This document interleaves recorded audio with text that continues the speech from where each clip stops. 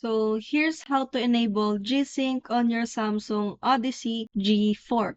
So from the NVIDIA control panel, navigation tree pane under the display, click the Setup G-Sync to open the associated page. And if not checked, then click the Enable G-Sync or G-Sync Compatible checkbox. Select either full screen mode or windowed and full screen mode, depending on your system and the programs you plan to run.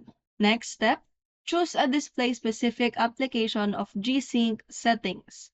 After that, you must follow the instructions on the rest of the page to enable the G-Sync, and make sure you have a G-Sync capable or G-Sync compatible display connected, enabled, and configured as the primary display.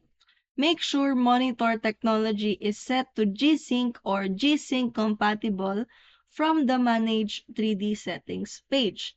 And that's how you enable G-Sync on your Samsung Odyssey G4.